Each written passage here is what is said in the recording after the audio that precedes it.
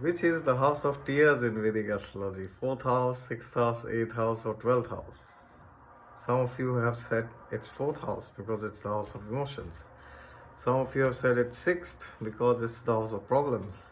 Some of you said it's 12th because it's the house of losses.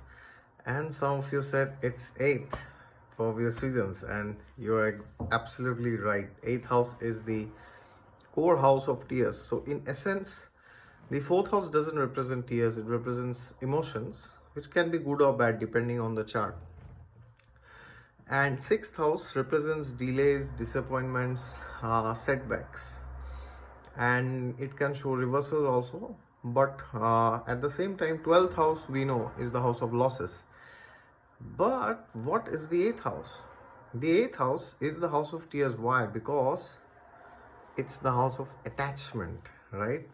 When you are attached to something, when do you cry?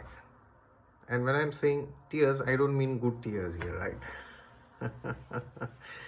So whenever we are attached to somebody or something, when that thing is taken away from us, we are stripped of that, then there is pain which is unbearable.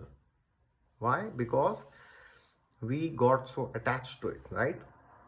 And this attachment primarily is materialistic attachment, right? And therefore the 8th house is also the core house of sin. It is the smashan, it's the graveyard, right? As I've said in my 8th house video very well. And it is also the 12th from the 9th house. 9th house is the house of dharma, enlightenment, guru, wisdom, god, spirituality, atma.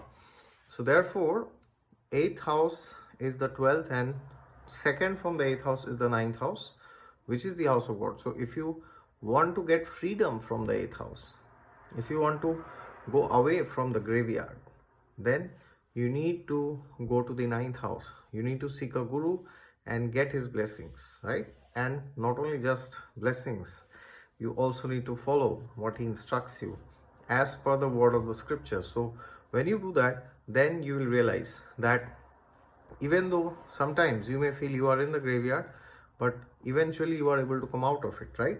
And then you dovetail the same attachment that you have for material objects or materialistic people towards God, towards your gurus, towards sadhus. As Kapil Muni says to Devahuti, who is his mother, in the Srimad Bhagavatam, that the best way to give up material attachment is to develop attachment for spiritual personalities. That is the way for giving up attachment. All right. Thank you very much. If you're new, then like, subscribe, and comment.